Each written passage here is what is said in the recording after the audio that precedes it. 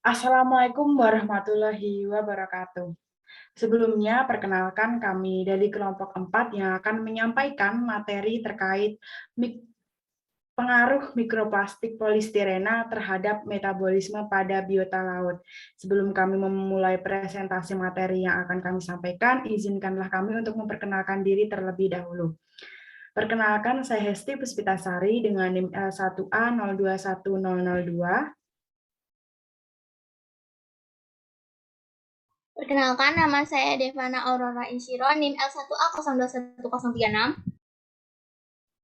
Perkenalkan, nama saya Abilah Suatul Islam dengan NIM L1A021044. Perkenalkan, nama saya Rosita Nur Hatimah dengan NIM L1A021070.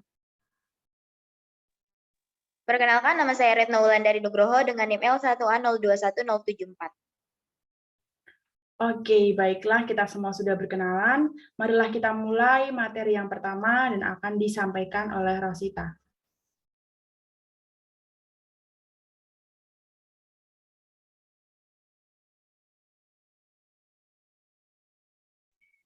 Ya, mikroplastik. Mikroplastik didefinisikan sebagai partikel plastik kurang dari 5 mm yang dilepaskan ke laut, akhirnya akan mengendap di lingkungan bentik karena kandungan karbon organik air laut yang rendah dan kekuatan ion yang tinggi. Mikroplastik dikelompokkan menjadi dua kategori. Yang pertama mikroplastik primer dan yang kedua mikroplastik sekunder. Mikroplastik primer adalah sekelompok mikroplastik yang sengaja dibuat misalnya untuk keperluan kosmetik dan bahan pakaian. Sedangkan mikroplastik sekunder merupakan hasil fragmentasi atau perubahan ukuran fisik menjadi lebih kecil, tetapi molekulnya masih sama dengan polimer. Next.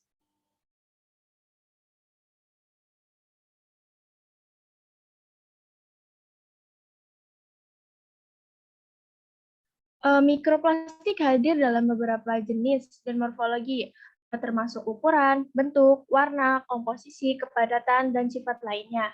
Bentuk mikroplastik di laut dibagi menjadi 4. Yang pertama ada sampah plastik di laut, yang kedua ada mikroplastik yang mengalir langsung ke laut, yang ketiga ada mikroplastik yang menghilang secara tidak sengaja selama pemrosesan, dan yang keempat ada produk pengolahan limbah yang dibuang ke lingkungan.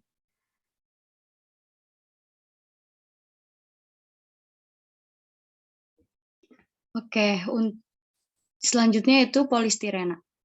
Polistirena adalah polimer termoplastik yang menggunakan bahan baku stirena monomer dengan dibantu pelarut etil benzena dan inisiator benzoil peroksida.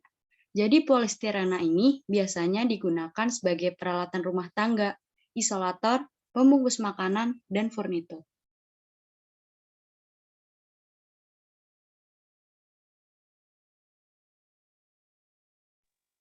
Oke, selanjutnya pada pendekatan transkriptomik yang dilakukan pada spesies tiram mutiara, hasil menunjukkan bahwa energi, stres, dan gen terkait tampak sangat dipengaruhi oleh paparan mikroplastik. Berikut ini adalah dampak mikroplastik terhadap tiram mutiara. Yang pertama ada penurunan kebugaran. Ketika terkena paparan mikroplastik, tiram mutiara akan mengalami penurunan kebugaran dalam jangka panjang.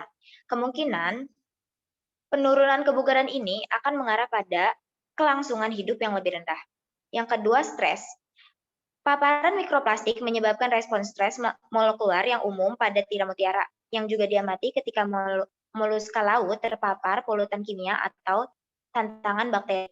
Yang ketiga, rusaknya detoksifikasi dan respon oksidatif. Detoksifikasi dan respon oksidatif menjadi tidak aktif setelah terpapar mikroplastik, terlepas dari berapa banyak konsentrasinya.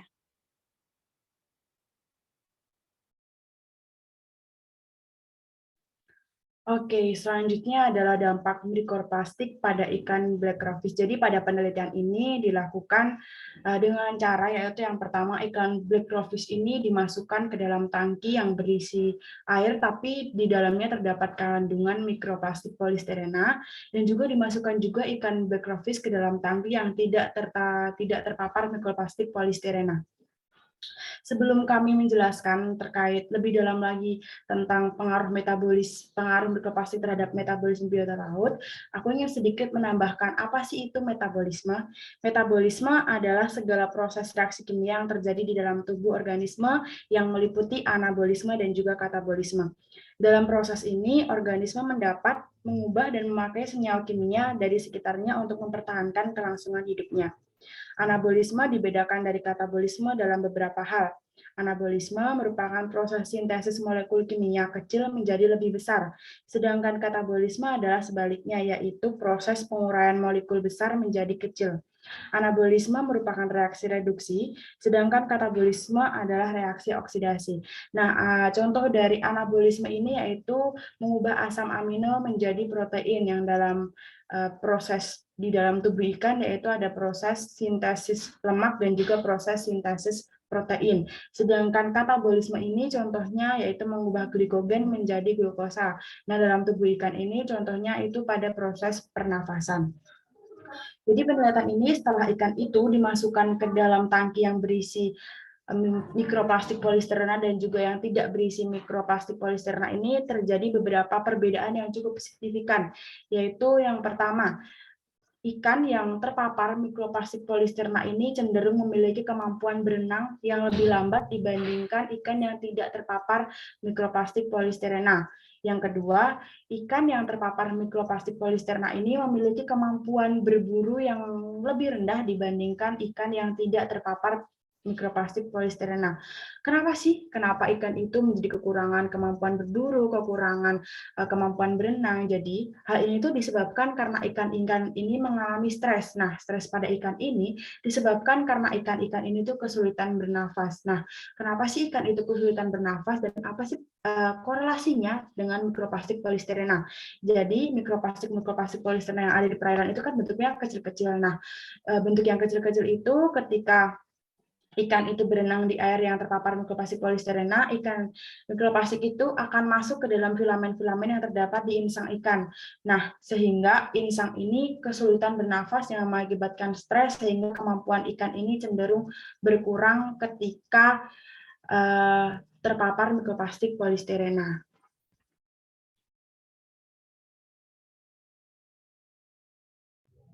Selanjutnya ada dampak mikroplastik bagi kepiting.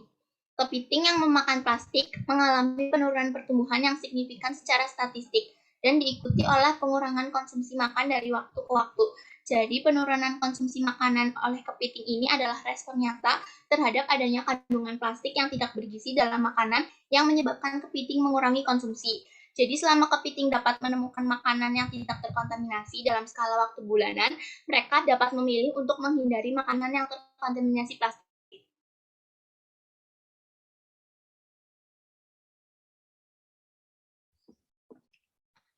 Setelah mengetahui dampak dari mikroplastik itu sendiri, lalu bagaimanakah sih solusi yang diperlukan untuk mengurangi keberadaan mikroplastik, khususnya di perairan? Yang pertama, yaitu dengan melakukan sosialisasi kepada masyarakat agar mengurangi penggunaan plastik.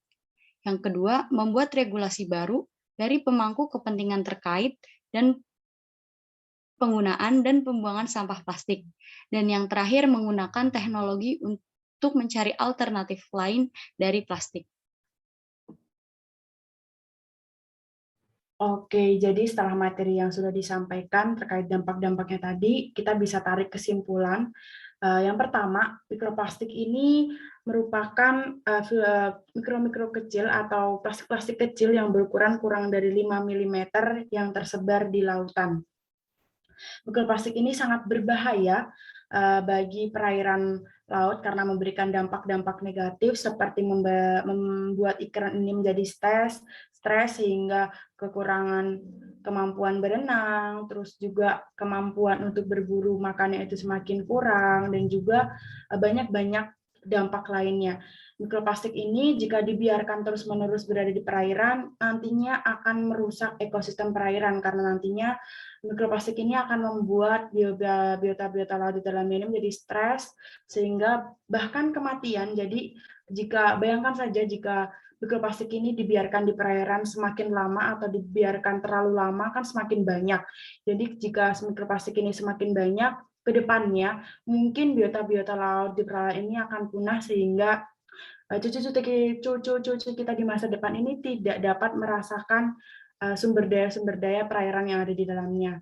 Nah, saran yang bisa kelompok kami sampaikan adalah yang pertama, marilah kita memulai perilaku dari diri kita sendiri, seperti membuang sampah pada tempatnya, tidak membuang sampah itu di lingkungan perairan seperti di sungai atau di danau. Yang kedua, mengurangi penggunaan sampah plastik dalam kehidupan sehari-hari seperti menggunakan tumbler, menggunakan tas yang terbuat dari kain, dan lain sebagainya. Kegiatan lain yang bisa kita lakukan sebagai mahasiswa yaitu yang pertama melakukan sosialisasi kepada masyarakat terkait dampak dari mikroplastik itu sendiri. Selanjutnya kita juga sebagai mahasiswa bisa melakukan kegiatan-kegiatan yang bermanfaat seperti bersih pesisir, bersih sungai untuk mengurangi sampah-sampah plastik yang ada di perairan. Marilah kita mulai perilaku itu dari diri kita sendiri sebelum kita membantu orang lain untuk mengubah perilakunya. Mungkin sekian presentasi dari kelompok kami. Jika ada salah kata, kami mohon maaf. Jika ada hal yang bisa diambil, itu datangnya dari Allah Subhanahu wa Ta'ala. Sebelumnya, mungkin bagi teman-teman yang ingin bertanya atau menyampaikan kritik dan sarannya, bisa ditulis di kolom komentar. Nantinya kita akan jawab secara berkala. Terima kasih dari kelompok kami. Wassalamualaikum warahmatullahi wabarakatuh.